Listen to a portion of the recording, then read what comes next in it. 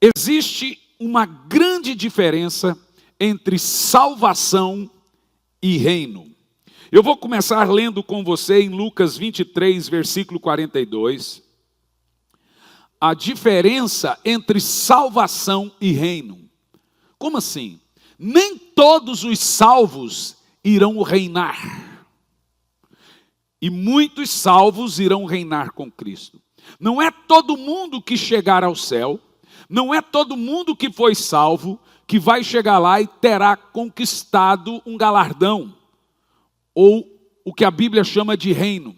Toda vez que eu mencionar a palavra galardão, eu estou falando a palavra recompensas. E as recompensas, elas são múltiplas. Nós temos recompensas nesse tempo presente e temos recompensas eternas. O reino por si só é um galardão. E ele tem recompensas nesse reino. Não são todos salvos que irão reinar com Cristo, viu, gente? Isso é muito importante. Vamos ver Lucas 23, 42.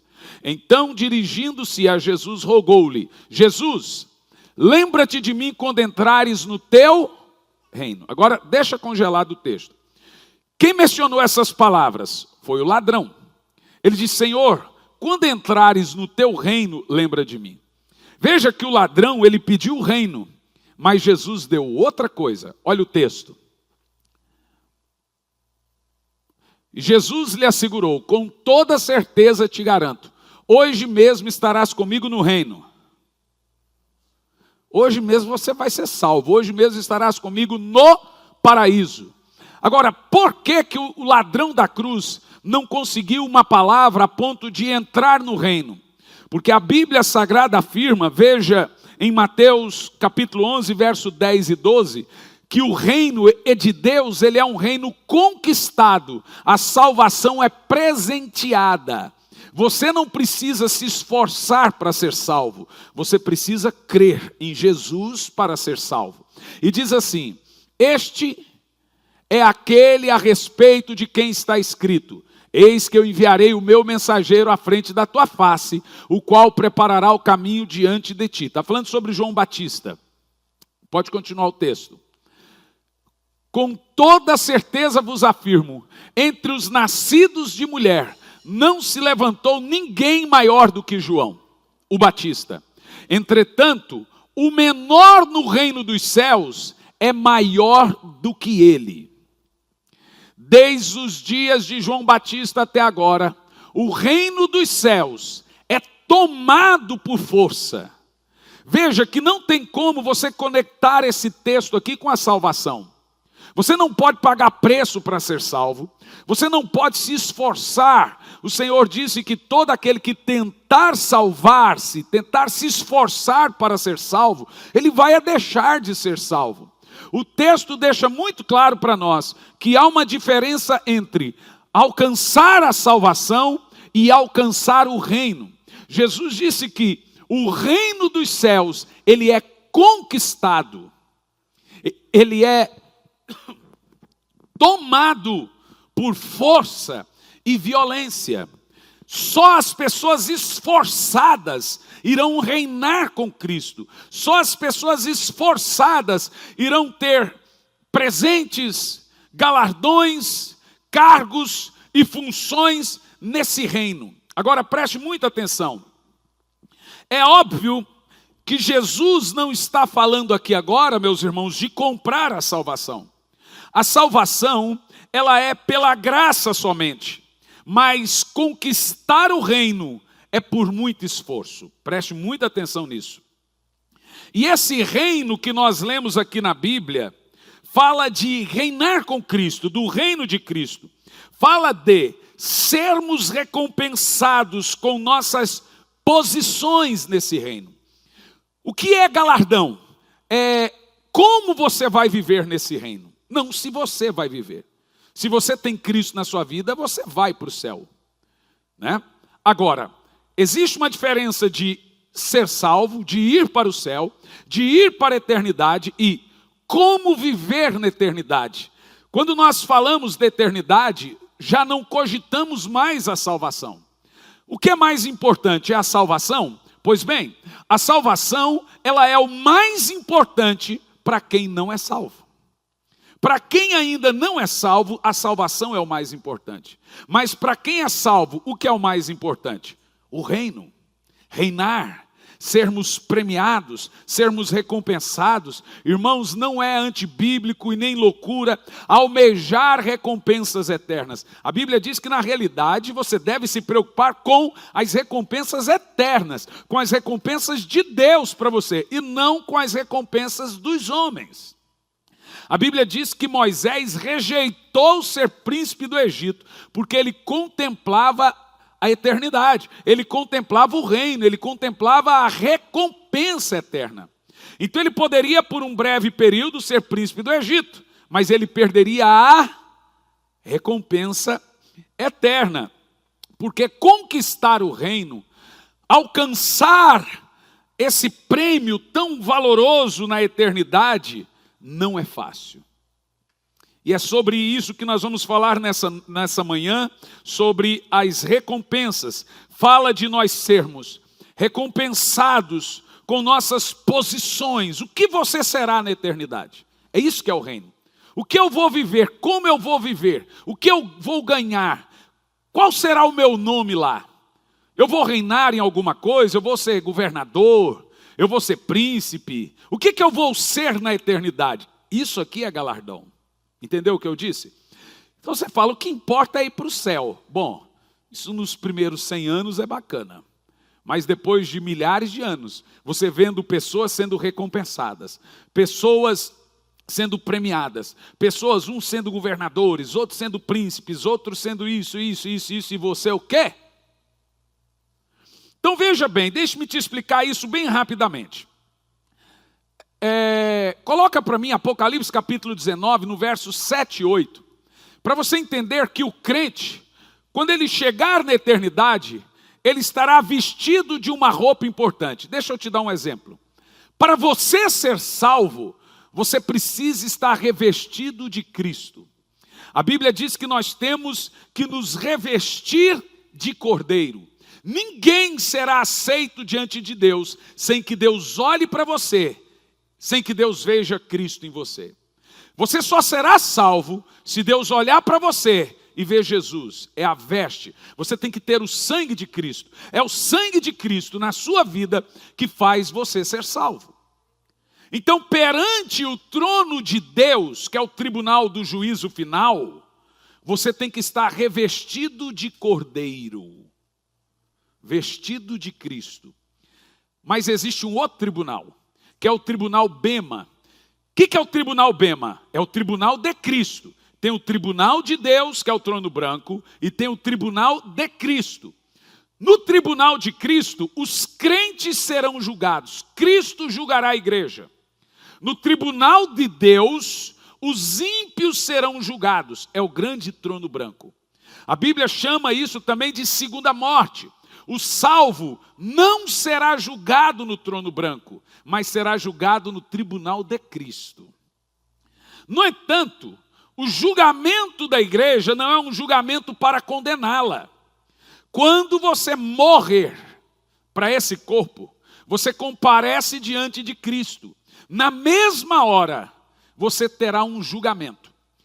Esse julgamento é dos seus feitos, do seu chamado.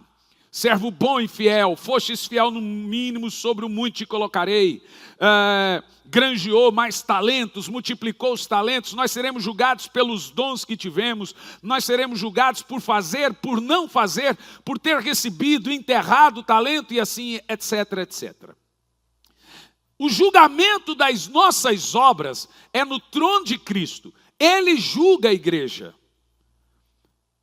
E ali a Bíblia também chama de bodas. Casamento. Olha que texto interessante.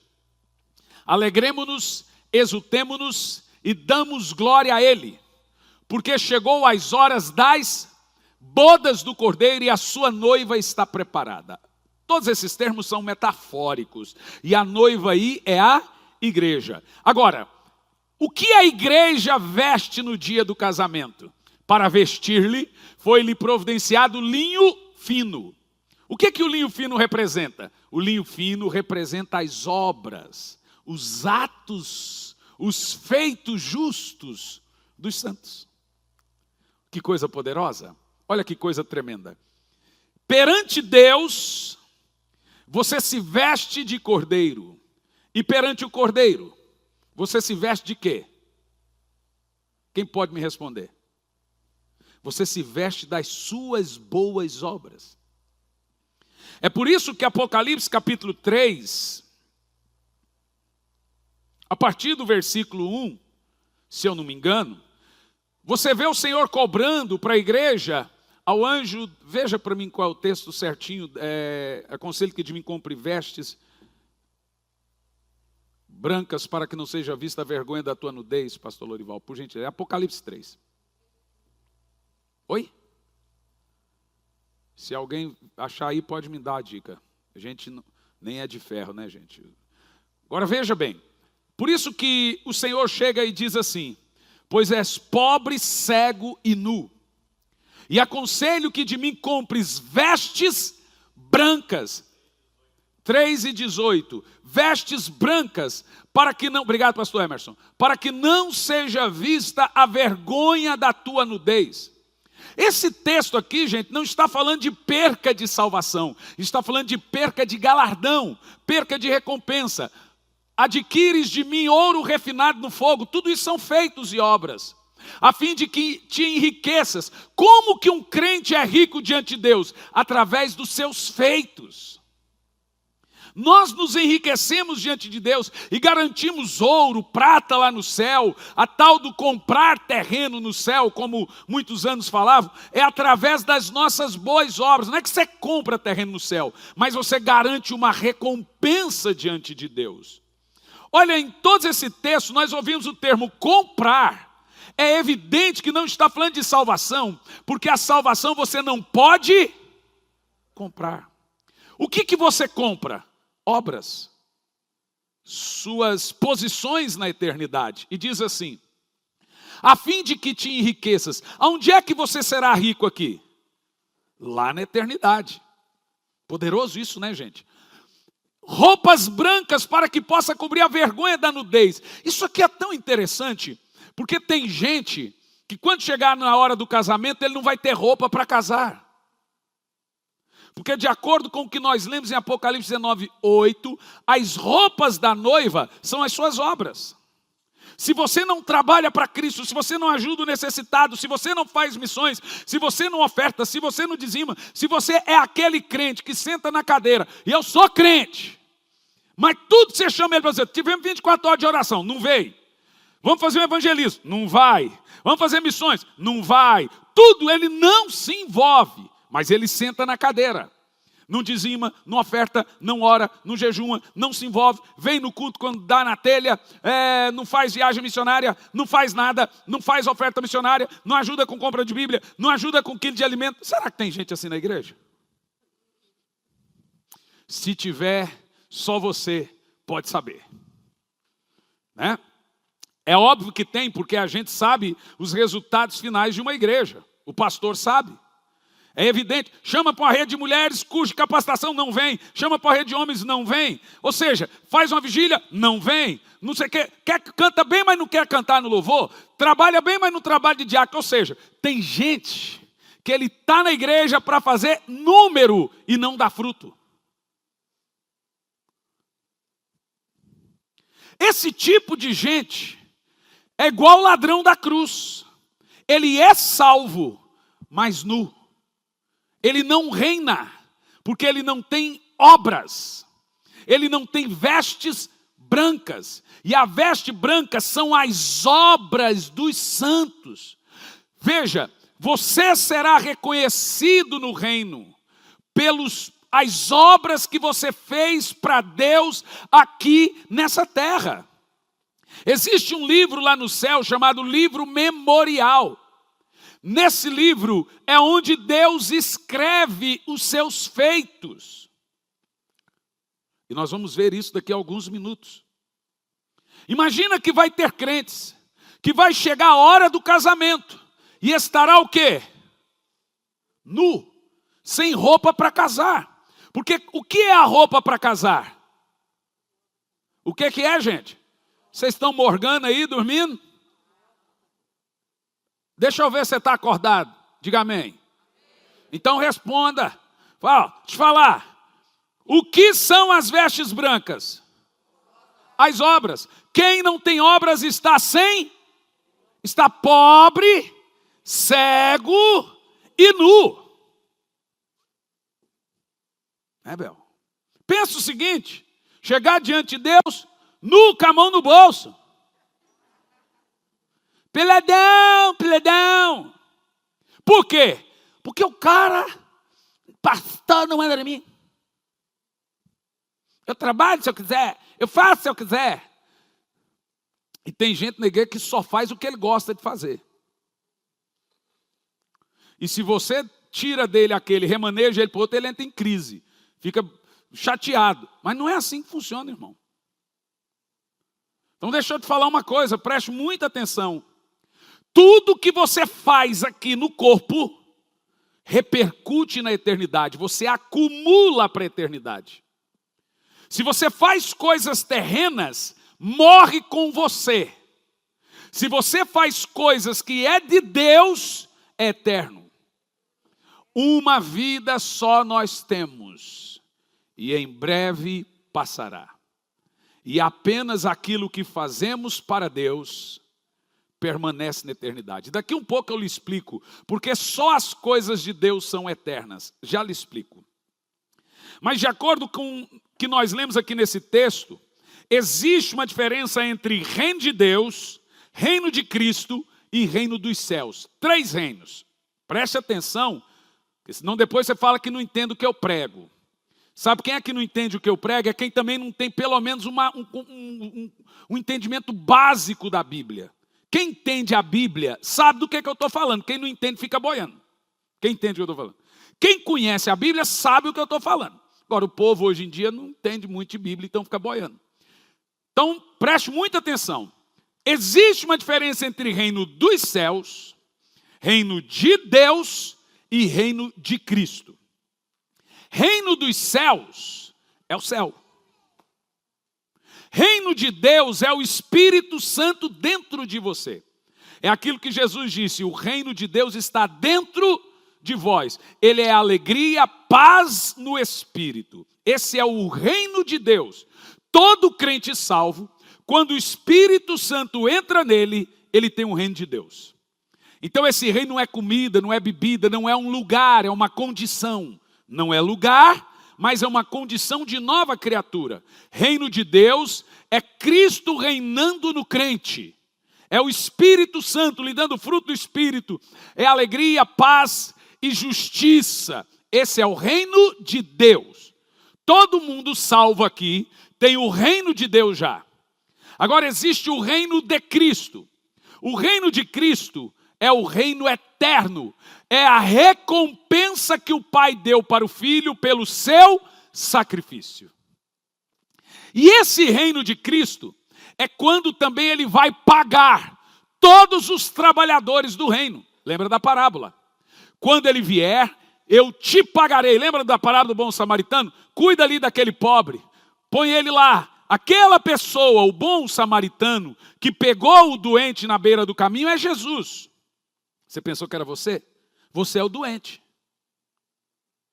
Porque tem gente que pensou que ele era o bom samaritano. Na realidade, nós somos o doente à beira do caminho. E aí Jesus vem, pegou a gente e pôs dentro da igreja. E falou assim, cuida dele. Quando eu voltar, eu lhe pagarei tudo. Então ninguém trabalha para Deus de graça. Deus não fica devendo, Ele vai pagar a gente por cada trabalho que fizemos para Ele. Então, o reino de Cristo é a recompensa de Jesus pelo seu sacrifício.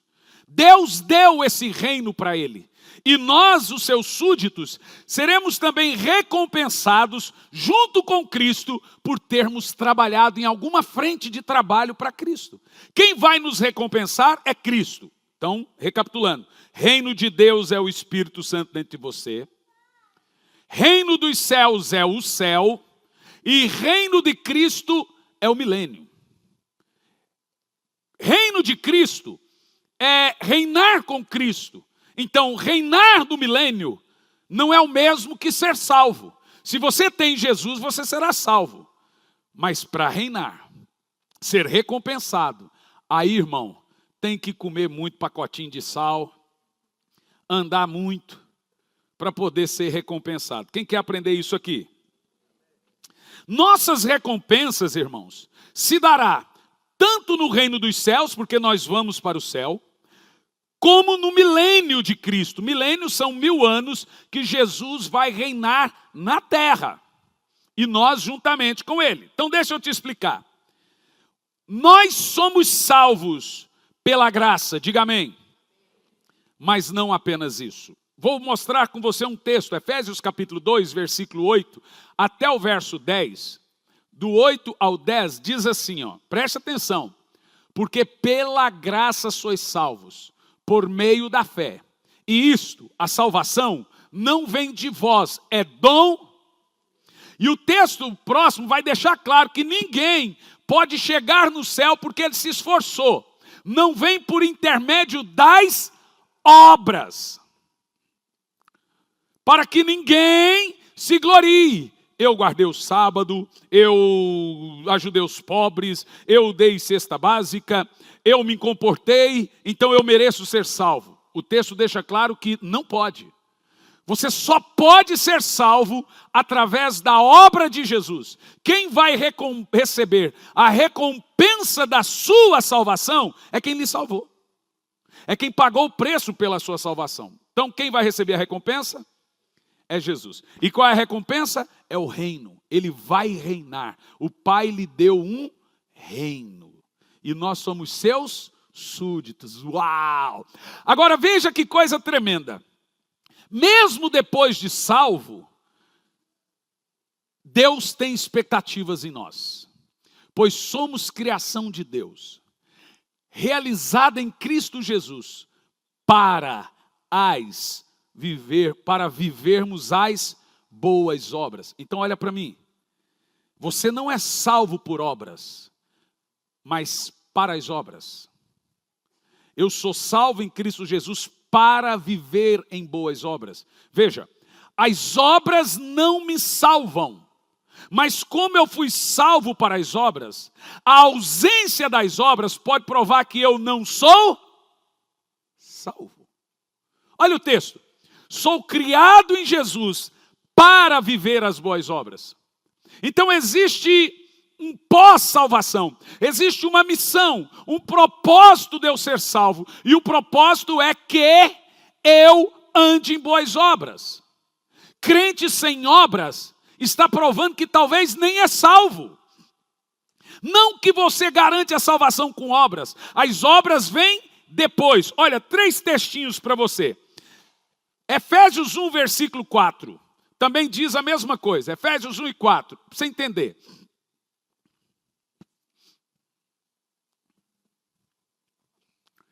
Porquanto Deus nos salvou, nos escolheu nele, antes da criação do mundo. Agora temos uma preposição, qual que é a preposição?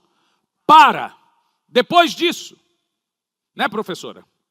Para, depois disso, sermos santos. Qual é então o resultado de ser salvo? Boas obras, santidade. A Bíblia não diz que você é salvo por ser santo. A Bíblia diz que você é santo por ser salvo. Quem é salvo será santo. O resultado da salvação é andar de forma irrepreensível e santa. Está escrito ou não, gente?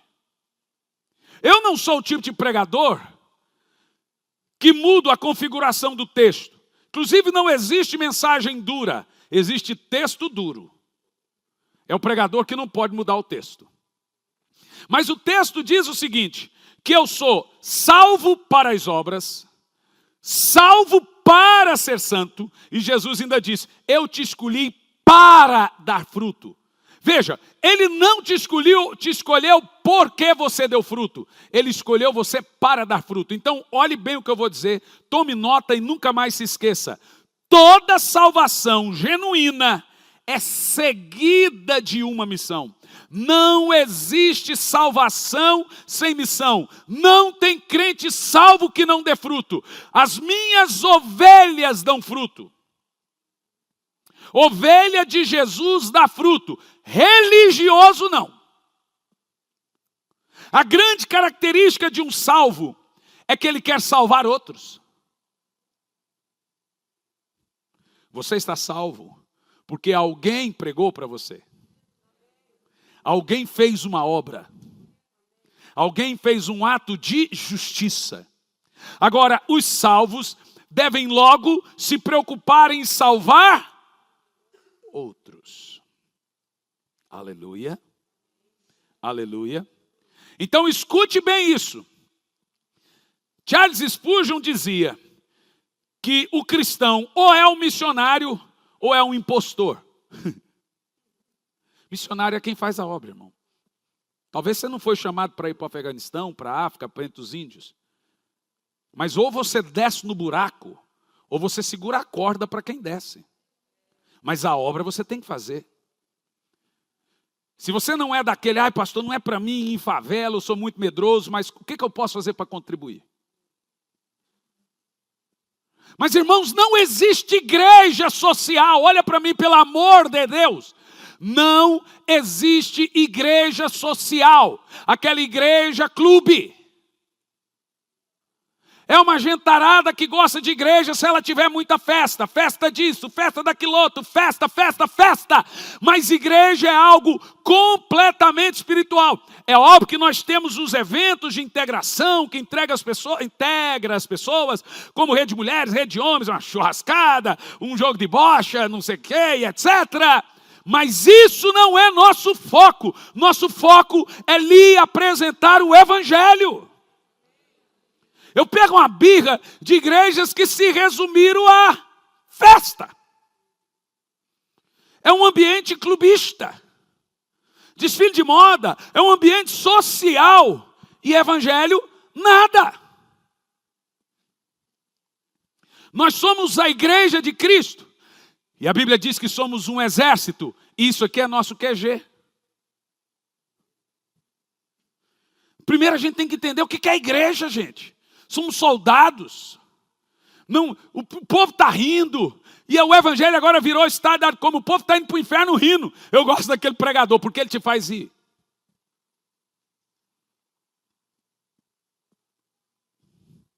As pessoas estão indo para o inferno rindo. Missões está sucateado. E o povo não faz nada. Ninguém quer trabalhar para Cristo. Ninguém quer fazer a obra, ninguém quer orar, ninguém quer jejuar, ninguém quer evangelizar, ninguém quer dirigir uma célula, ninguém quer abrir sua casa para uma célula. Eu quero ir para a igreja, assistir culto, ficar na minha. Não tem como você ficar na sua. Você entrou num lugar que é pior que a máfia. Aqui só sai morto.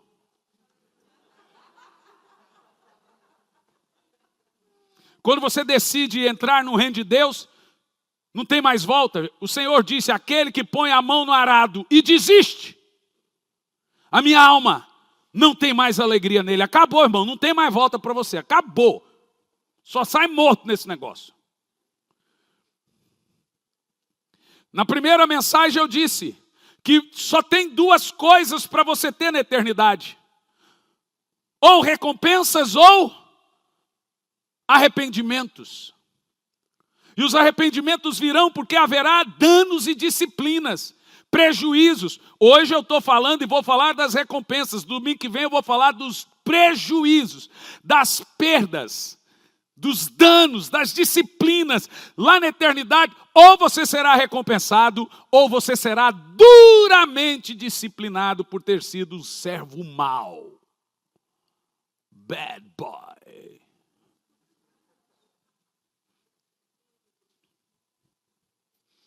Então veja, a salvação é pela graça, o reino é pelas obras. Olha, vocês estão ficando bons. Vamos de novo para não falar que não entendeu. A salvação é o reino é pelas Obras, feitos e atos. Tem como você comprar a salvação? Mas tem como você comprar a sua recompensa? Porque é conquistado. Que coisa boa, né? Agora parece fácil, gente. Deveria ser, porque é óbvio, é muito prático, não tem segredo. Eu falei no domingo passado algumas coisas pelas quais nós seríamos recompensados. São tantas, né? E ainda assim a gente não consegue ser. Agora entenda, Deus não te salvou para ser um juiz, para ser pai, para ser mãe, ou até mesmo para ser rico. Tudo isso nós conquistamos aqui nessa vida. Jesus não morreu na cruz e disse: eu morro para que você tenha 3 filhos. Eu morro para que você seja um advogado. Jesus não morreu na cruz para você fazer nada do que nós estamos fazendo. Se Jesus irmão falou: pastor, eu faço tanto, mais tanto, mais tanto, você não tem noção como é a minha vida. Eu falei: mas de tudo que você faz, quanto disso é eterno?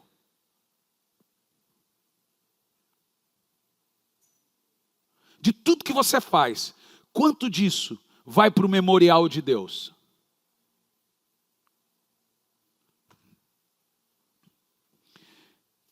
Porque veja bem, a recompensa de estudar para ser advogado é ser advogado. Mas isso acaba quando você morre.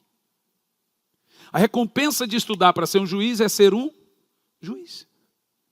A recompensa de ser pai é ser pai. Mas quando você morrer, você deixa de ser pai. Então a recompensa de coisas temporárias é temporário. Aí eu lhe explico. Por que trabalhar para Deus as recompensas não são temporárias? Porque Deus é eterno. Então quando você trabalha para Deus, as recompensas são eternas. É só por isso. Tudo que você faz para Deus não termina quando o seu corpo morre. Às vezes continua e às vezes começa a recompensa. Porque Deus é um ser eterno. A recompensa da gravidez é ser mãe, mas é temporário. É tão interessante, gente. A recompensa do trabalho é o salário. Apenas isso. Porém, eu estou aqui nessa manhã falando com os irmãos de recompensas eternas. Deus é eterno. O reino dos céus é eterno. E as recompensas são sempre eternas. Então, quando nós fazemos algo para Deus e seu reino, nós teremos o quê, meus amados? Capite? Teremos recompensas eternas. Vou te dar aqui algum exemplo. As esmolas, por exemplo. Atos capítulo 10, versículo de 1, versículo 2. Eu falei muito sobre esmolas e ajudar o miserável. Tem uma diferença de ajudar o pobre e tem uma diferença de ajudar o miserável. Olha a grandeza disso. Havia em Cesareia um homem chamado Cornélio, centurião do regime militar conhecido como italiano. Continua. Esse homem era piedoso, romano, gente, e temente a Deus, assim como toda a sua família. Ele era generoso em ajudas financeiras aos pobres e buscava continuamente a Deus em oração. Meu Deus, esse texto é muito poderoso. Certo dia, por volta das 3 da tarde, ele recebeu uma visão. E de forma bem clara, viu um anjo de Deus que se aproximou dele e o chamou pelo nome. Cornélio. Lembrei agora da novela Cravo e a Rosa. Foi mal, gente. Foi mais forte do que eu, desculpa. Estarrecido e com os olhos fitos no anjo, indagou: que é, Senhor? Ao que o anjo lhe comunica: tuas orações, meu Deus, aleluia, e tuas esmolas aos necessitados subiram como oferta memorial na presença de Deus. Eu vou deixar você ler de novo, porque talvez vocês pensam que eu estou brincando aqui. Vamos ler de novo? Estarrecido, com os olhos fitos no anjo, indagou. Vai lá? Que é, Senhor? O que o anjo disse? E as esmolas aos necessitados subiram como oferta memorial na presença de Deus. Verso 30, por favor, põe o verso 30. Ao que Cornélio lhe declarou: faz hoje 4 dias que eu estava em jejum. Agora ele está contando, porque o que aconteceu? O Senhor chegou em Cornélio e falou assim: procura Pedro. A pregação de Pedro, através dela você será salvo. Você viu? O anjo não pregou salvação, mas mandou alguém pregar. Olha como é importante. E agora ele está dialogando ali com Pedro. E aí vem a história. Faz hoje 4 dias que eu estava em jejum, orando em minha casa, por volta desta hora, às 3 horas da tarde. Subitamente apareceu-se diante de mim um homem com roupas resplandecentes. E ordenou-me: Cornélio, Deus ouviu tuas orações e lembrou da sua ajuda aos pobres. Eu quero uma igreja que ajude os pobres, que dê esmolas, mas não tira selfie.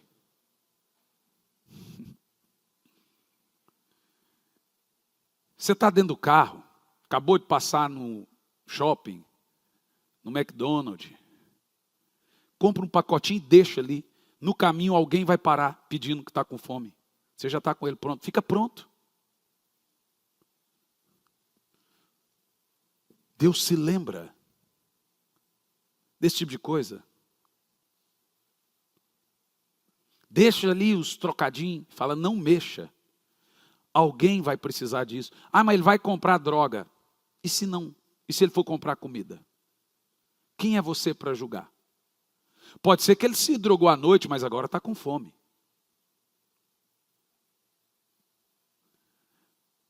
Aprenda, irmãos. É impressionante você ter que ficar insistindo para os irmãos. Traga 1 quilo de alimento. Traga 1 quilo de alimento. Aprenda a olhar para o lado e ver que tem gente chorando. Vai começar o ano. Tem famílias que não têm condição de comprar um lápis para o filho, para a filha. Aprenda a ajudar pessoas pobres, necessitadas. Aprenda a estender as mãos. Você quer ver mais um texto? Salmo 41, versículo 1. Olha para você entender como existe um memorial no céu, escrevendo os meus atos. Um salmo de Davi. Bem-aventurado aquele que dá atenção ao desvalido, no caso o pobre. No dia do seu infortúnio, o Senhor o livrará. Aqui está assim, ó. Bem-aventurado ao que atende o pobre, o Senhor o livrará no dia do mal.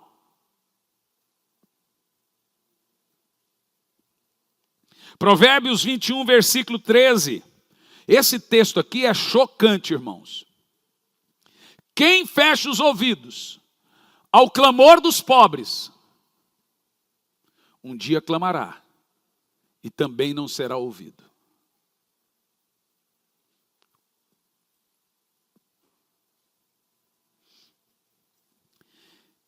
Então existe, hoje, agora, um livro que Malaquias chama de livro memorial. E nesse livro está lá as minhas obras. Todas elas. Irmão, não tem lá no céu um livro chamado membro de igreja. Fiel. Sou fiel daquela igreja. O fiel é lá no Corinthians, irmão. Aqui não tem esse negócio, não. Ah, mas eu quero ser reconhecido. O lugar de ser reconhecido é no ML.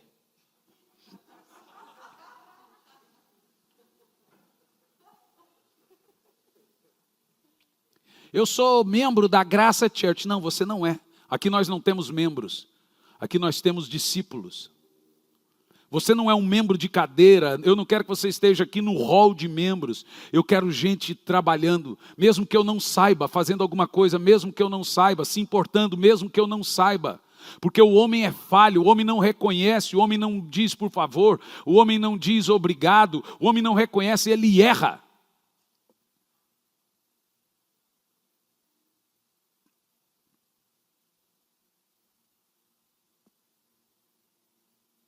Mas nós devemos, irmãos, trabalhar esperando a recompensa de Deus.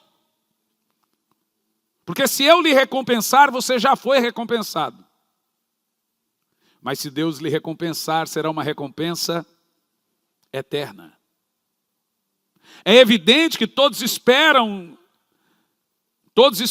sermos recompensados. A Bíblia diz que até mesmo os animais têm que ser recompensados. Todos precisam ser recompensados pelo que fazem. 1 de Paulo a Timóteo 5,18 diz, não tapa a boca do boi que está pastando. Ele está trabalhando, então é digno que ele coma. Inclusive Paulo diz, quem não trabalha, não come.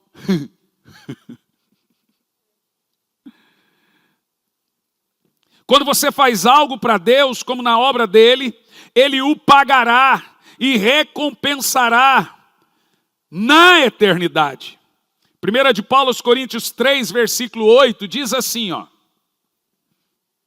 O que planta e o que rega, ministram de acordo com o propósito. Eu plantei a igreja em Campo Largo. O que meu irmão está fazendo agora? Regando. O que planta e o que rega, ministram de acordo com o propósito. E cada um será premiado pelo que ele fez. Não pelo que outro fez. É pelo que ele está fazendo agora. Diga glória a Deus.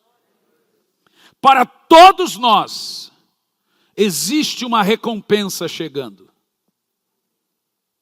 Veja, talvez, escute bem o que é importante falar isso. Talvez Deus tenha lhe pedido para fazer algo que você não será notado. Talvez Deus tenha lhe pedido para fazer algo que você nunca será recompensado pelos homens. Mas tenha certeza, irmãos, que Deus não fica devendo recompensa para ninguém. Não vamos esperar das pessoas nossa recompensa, mas vamos esperar de Deus o reconhecimento e a recompensa. É triste quando as pessoas não nos reconhecem, quando não nos recompensa, não nos nota. Elas deveriam fazer isso, mas o homem é falho. Mas se você ficar obrigando as pessoas a te reconhecer, a te recompensar, a te notar, elas irão ficar ressentidas. Mas aprenda a ir a Deus nessas horas. Porque através de Deus, Ele tocará nas pessoas para lhe recompensar. Você entendeu? Nem você deve ficar ressentido. E nem deve cobrar alguém reconhecimento. Porque elas também ficarão ressentidas. Bom, vamos concluir. Alguns tipos de recompensas na Bíblia. Você já sabe que terá recompensa. Mas quais são elas? Eu vou falar de algumas delas. E no domingo que vem eu vou falar da gravidade, porque talvez você fale assim, quem não planta nada não colhe. Você está equivocado. A Bíblia não diz que quem não planta nada colhe nada, não. A Bíblia diz que quem não planta nada colhe. Colhe o quê? Tempestade.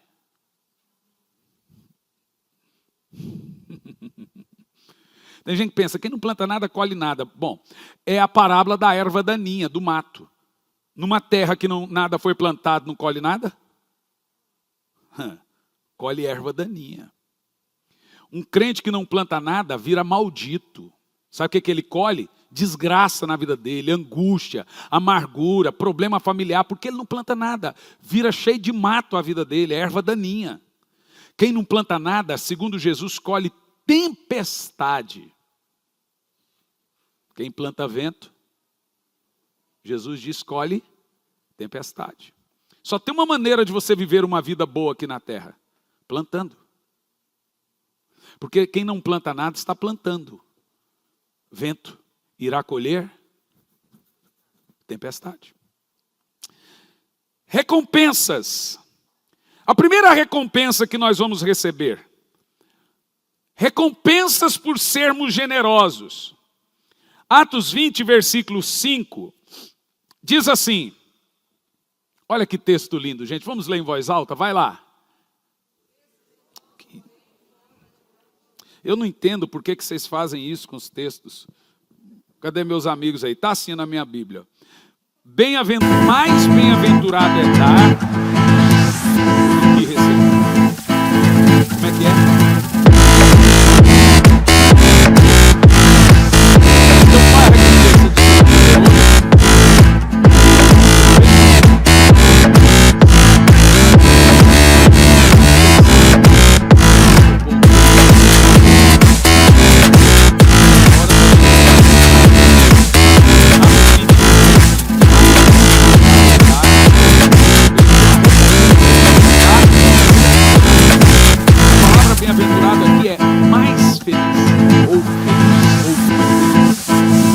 Qual a recompensa da generosidade? Provérbios 22, homem generoso, que reparte o pão,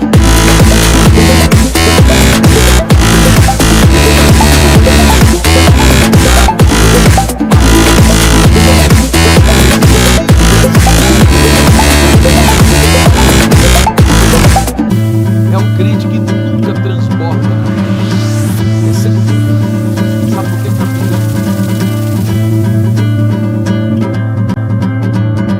parte. A Bíblia não está dizendo que quem tem 1 milhão de livros nunca deu. Está dizendo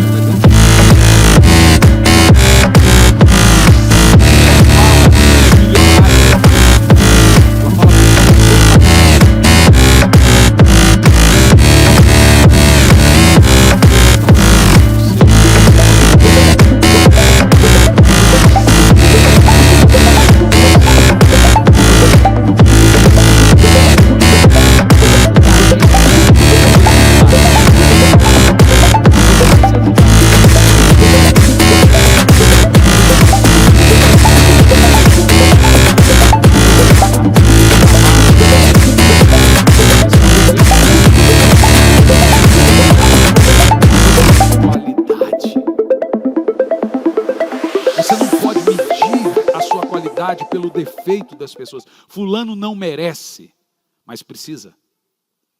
Ele não merece.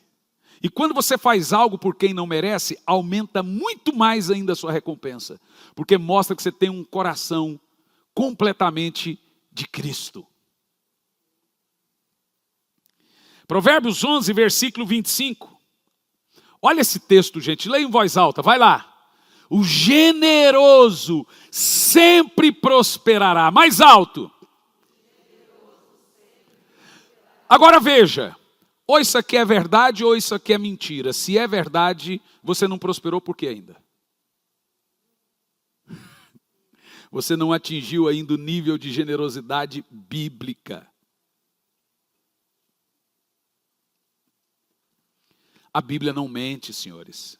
O generoso sempre prosperará. Deixa eu te explicar o que é uma pessoa generosa. Existe uma diferença entre pessoa fiel e pessoa generosa. Ser um bom marido é ser generoso, gente? Um marido bom tem que ser elogiado por ser um marido bom? Qual é o nome disso? Então ele é um marido fiel.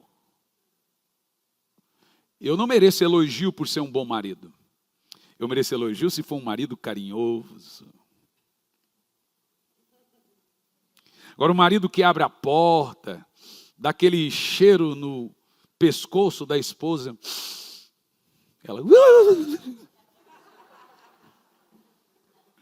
Marido que levanta a moral da esposa, manda mensagem no WhatsApp, fala, e aí, gata? Toparia sair comigo hoje? Essas coisas e outras coisas mais. Um bom filho não merece elogio por ser bom filho. Olha, minha filha casou com um camarada tão bom, trabalhador, honesto. What? Você vê que nós estamos vivendo um mundo tão louco que a gente agora pensa que trabalhador e honesto é qualidade. Tá feia, o cara casou com um trabalhador honesto. Isso é qualidade agora? Isso é obrigação, cidadão. Qualidade, minha filha casou com um homem tão bom para ela, tão carinhoso, tão atencioso, tão presenteador. Aí é qualidade. É o cara que não grita com a esposa, que não joga ela para baixo e etc. Agora estamos falando de qualidades. Existe uma diferença entre ser fiel e generoso. Quem dizima merece elogio? O que é o nome disso? Mas quem oferta é generoso. Se você faz só o que lhe pedem, você merece elogio. Mas se você vai além, você é generoso. Por isso que obediência tardia é também desobediência. Qualquer obediência que você precisa falar 2 ou 3 vezes é desobediência.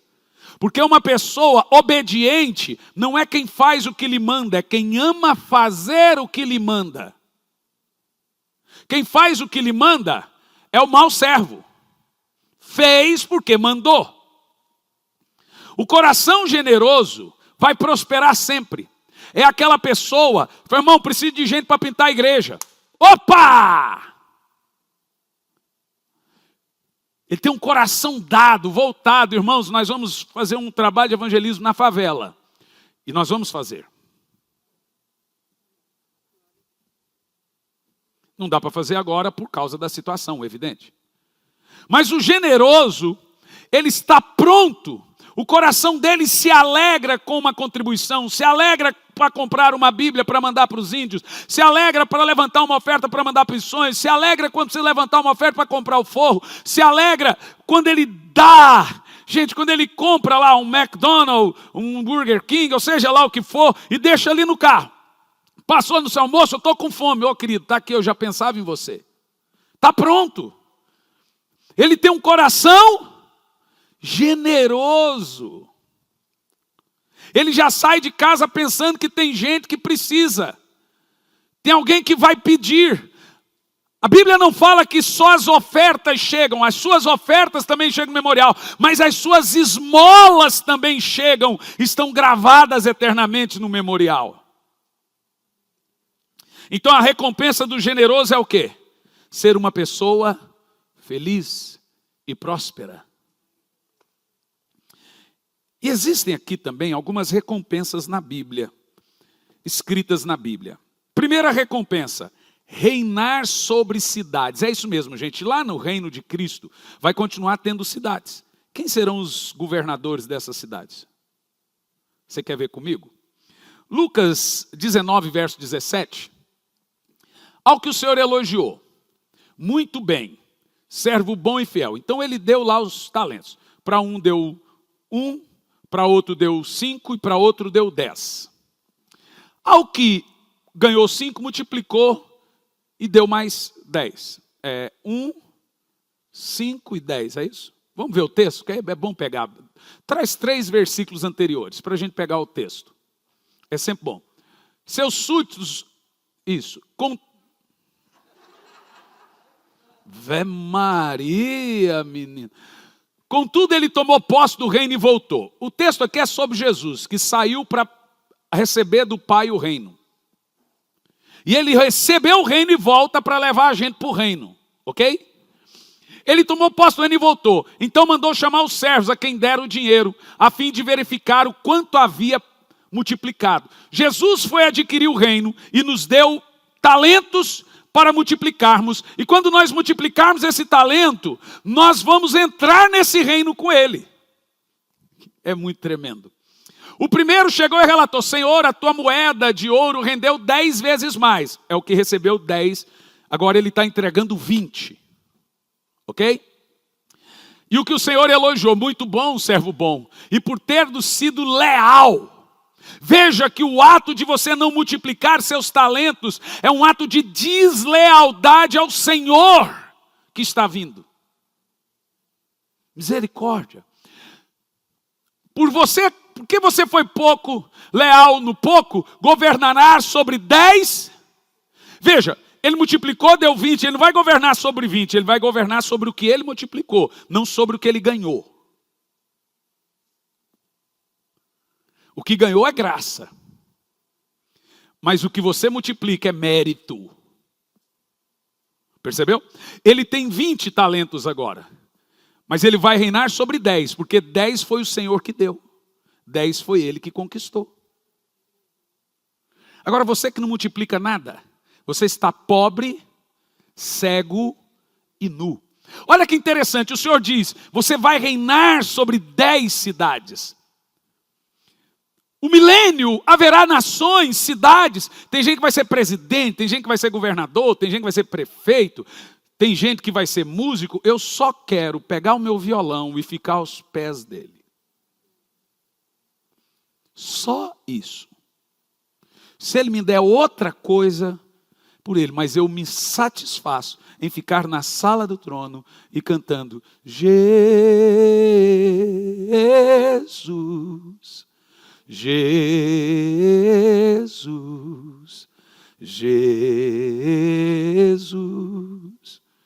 Essa será a minha maior recompensa. Não sei se mereço tanto. Mas imagina, você fica lá governando sobre as suas cidades lá, e deixa eu quietinho lá com o cheiroso, lá na sala do trono, lindão, e eu olho para você e falo... Então, ó, vamos lá, põe lá o texto. Continua o texto. O texto. Vindo o segundo servo, lhe declarou, Senhor, a tua moeda de ouro produziu mais 5 vezes, mais lucro.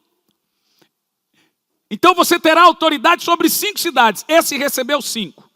5 é graça, 5 é mérito. Então ele vai multiplicar, vai receber um governo que condiz com os 5 que ele multiplicou. Veja, é você que determina como você vai passar a eternidade. Não aonde, mas como. É o que você faz aqui que vai dizer como você vai viver do outro lado. Não faz não para você ver, viu, Pedro Bó? Então veio o outro servo explicando, Senhor, ó, será que tem crente assim por aí? Eis, Senhor, que a tua moeda de ouro que eu envolvi num lenço e conservei bem guardada. É o tipo de crente que fala assim, pelo menos eu não tumultuo, pelo menos eu não atrapalho. Quem sabe fazer o bem não faz, peca. Quem não ajunta, espalha. Quem não é comigo, é contra-migo.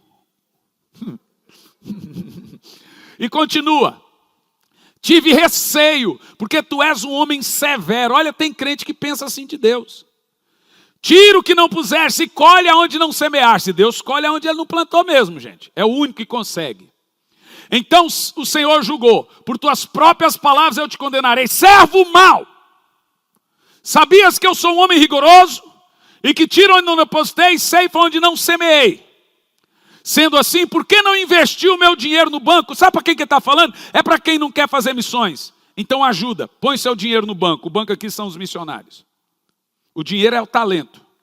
Você não quer ir para a África? Então contribua com quem vai. Você não quer ir para os índios? Ajuda com Bíblia. Você não quer ajudar os pobres? Ajuda com a comida, ajuda com alguma coisa. Põe seu dinheiro no banco. Ah, eu não sou pastor, então seja para ajudar quem tem ministério. Põe seu dinheiro no banco, pelo menos você vai multiplicar.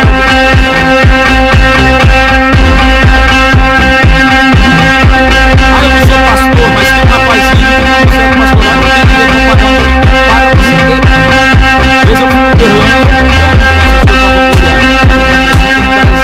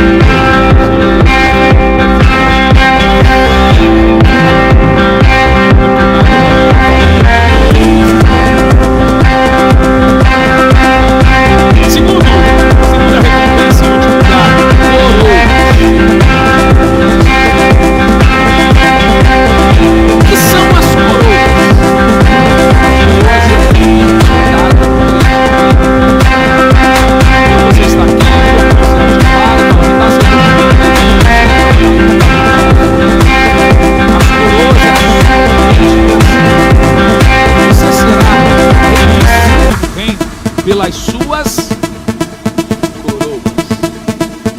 E as coroas dizem o que você fez para Deus. Existem 5 coroas no reino. A primeira é a coroa da vida. A segunda é a coroa incorruptível. A terceira é a coroa da justiça. Daqui um pouco eu vou ali. E a quarta é a coroa da alegria. E a quinta é a coroa de glória. Será que você terá alguma? Primeira coroa, coroa da vida. Tiago 1 e 2, 12. Tiago 1 e 12. Apocalipse 2 e 10. Tiago aí, né? Provação e tentação se diferem. Feliz é a pessoa que persevera na provação. É aquele crente que está passando um momento difícil, mas não esvazia-se na fé, não desanima. Sabe que a aprovação está ali, mas ele sabe que culto é para Deus. Porque hoje crente é assim, pastor, eu não estava bem, por isso não fui na igreja. É aí que você tem que ir. Tem nada a ver uma coisa com a outra, gente. Você não estava bem do como assim? De cama? Não estava bem, pastor. E quando o crente resolve mentir, pastor, eu estava doente. Ó, que você ficar doente de verdade, você vai parar de falar que ficou doente. Doente é uma coisa grave, gente. Eu fiquei doente. Do quê? De gripe? Mas você não trabalhou segunda-feira, não? Você vê que para mamon a gente vai com febre, doente, vai tudo. Mas para Deus, eu não fui porque eu não estava bem. Portanto, após ter sido aprovado, receberá o prêmio da coroa da vida, que Deus prometeu àqueles que o amam. Glória a Deus. Veja que o crente que suporta a provação, suporta os momentos difíceis e não desfalece na fé, ele será reconhecido no céu. Alguém vai dizer, lá vai uma mulher forte. Olha aí, ó, ele tem a coroa da vida, então ele foi aprovado nas provações. Segunda coroa incorruptível, 1 de Paulo aos Coríntios 9, verso 22 ao 25. Haverá um outro tipo de crente, é a sua identificação, o seu crachá. Não tem mais nada que está expresso a sofrer. Eis que o diabo está para lançar alguns de vós na prisão. Ah não, esse é o segundo texto do Apocalipse, né? Está falando dos crentes provados, que também recebem a coroa da vida. Ok, agora vai o outro texto, da coroa incorruptível. Para os fracos, tornei-me semelhante fraco, para ganhar os fracos. Paulo não está falando aqui que passou a beber para ganhar os pingus, não. Porque tem gente que interpreta assim, tá? Enxergar, e aí, velho, vamos à igreja. Aí ele diz assim, ó, fiz de tudo para ganhar todos, com finalidade de conseguir, de qualquer maneira possível, salvar alguns. Olha o resto do texto. Faço tudo isso por causa do Evangelho, a fim de me tornar coparticipante do Evangelho. Um verdadeiro atleta de Cristo. Não sabeis que entre todos os que correm no estádio, na verdade, somente um recebe o grande prêmio? Correi de tal maneira que alcanceis. Deixa congelado. Paulo está dizendo assim, ó. Olha a metáfora de Paulo. Tem gente, nós vamos ter a Olimpíada o ano que vem, né? É o ano que vem. A Olimpíada o ano que vem. Sabe, o cara treina durante 4 anos, 8 horas, 7 horas, 6 horas a fio, para correr 5 segundos, 10 segundos, 15 segundos, nadar, correr, para fazer uma coisa, para ganhar uma medalha corruptível. Você não consegue fazer mais do que esses atletas para ganhar uma medalha incorruptível. Os caras treinam a vida toda, 8 horas por dia, para correr 9 segundos. Irmão, quebra aquilo que lhe afasta de Deus. Fala, Senhor, crave nos meus olhos a eternidade. Que Deus ponha na sua cabeça um senso de eternidade. Acaba com aquilo que acaba com a sua espiritualidade. Porque você está perdendo a sua recompensa e a eternidade. Você se tornou um crente relaxado, religioso. E a Bíblia chama de mau servo.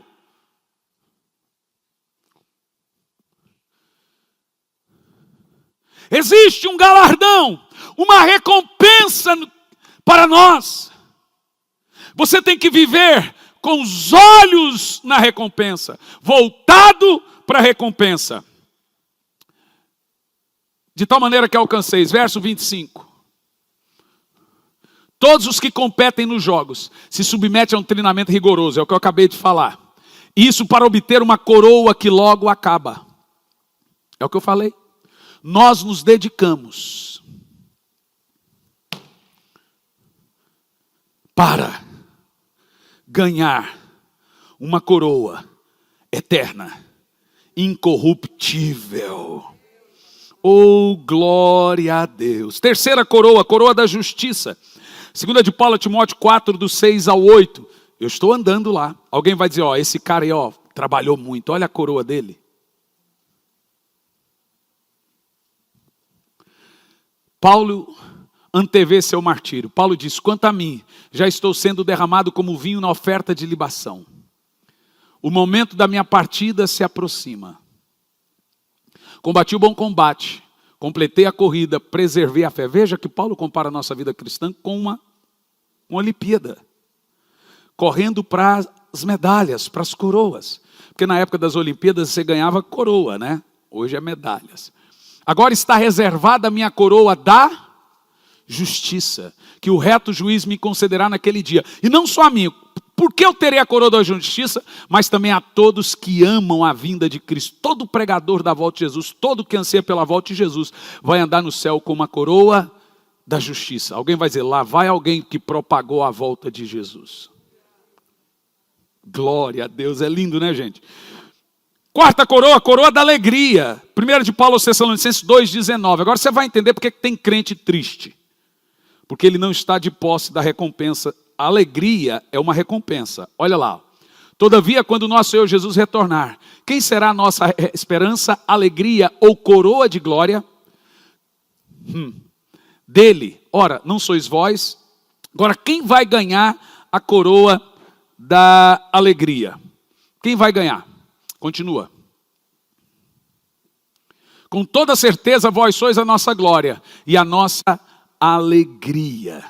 O texto aqui está dizendo que a coroa da alegria, ela é dada para aqueles que ganham almas. Para aqueles que trazem outros. Você sabe que a alegria de um crente está em ganhar vidas para Jesus? Sabe por que a tristeza invade seu coração? Porque você não salva ninguém do inferno. Um ganhador de almas, ele passa por angústia, mas o coração dele está sempre alegre. A última coroa, a coroa de glória, 1 de Pedro 5, verso 2 e o 5. E aqui eu concluo. Pastoreai o rebanho de Deus, que está sobre o vosso cuidado, não por constrangimento, mas voluntariamente, como Deus quer, nem por sorte da ganância, mas de boa vontade. Agora, falando para os pastores, continua. Nem como ditadores daqueles que vos foram confiados, antes tornando exemplo do rebanho. Ora, assim o Supremo Pastor se manifestará. Recebereis a imperecível coroa de glória. Como tem pastor que desiste, gente? Gente, não é fácil pastorear. Cuidar de gente adoece a gente. Mas lembra que Jesus falou, Pedro, se você me ama, cuida da igreja. Jesus não pediu para eu amar o povo para cuidar do povo. Ele pediu para amar ele, para cuidar do povo. Você me ama, apacenta. Porque se você cuidar do povo, apacentar o rebanho, vou te dar uma coroa de glória. Então o cara lá no céu com a coroa de glória vai dizer, lá vai um bom pastor. Lá vai um bom pastor. E pastor não é só quem tem título de pastor. Você tem uma célula? Cuide bem daquele rebanho ali. Você é um bom pastor. Você trouxe alguém para a igreja? Acompanhe essa pessoa no crescimento dela. Você será um bom pastor. E a última recompensa, tem tantas. Nós estamos numa série, vamos continuar depois, são tronos. Apocalipse 3:20 diz que uma das recompensas é se assentar no trono junto com Cristo. É o lance que eu falei de estar na sala do trono lá, viu? Essa é boa. Olha lá, ó. Ao vencedor, eu lhe concederei que se assente comigo no meu trono. Assim como eu venci, me assentei com o Pai no seu trono. Então veja, o trono que Jesus conquistou não é bem o trono dele, é o meu. O dele é qual? Junto com o Pai. Você entendeu? Jesus está sentado agora no trono do Pai, e eu vou me assentar no trono dele. Então há um trono que foi conquistado para mim. Então veja que nós ouvimos aqui agora, até agora, nós temos muitas outras recompensas. Está satisfeito com as recompensas? Você acha que o céu é um asilo de velhinhos ou a novela Viagem? Que não é uma viagem, gente. O céu é um spa. Gente, olha o que você está lendo. O céu é uma aventura. Vamos ficar pulando de planeta em planeta. Eu vou dar uma ida ali em Marte. Agora eu vou na Lua. Que top, né, cara? Então, irmão, entenda uma coisa. Nós seremos como anjos. Lembra a visão de Jacó da escada, subia e descia? Essa será a nossa vida. Agora eu vou ali no céu, agora eu vou lá na terra.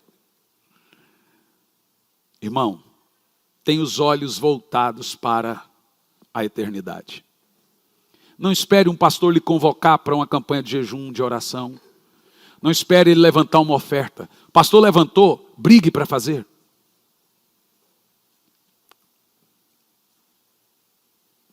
Tudo isso está no livro. Qual é o nome do livro? Memorial. Vamos ficar em pé.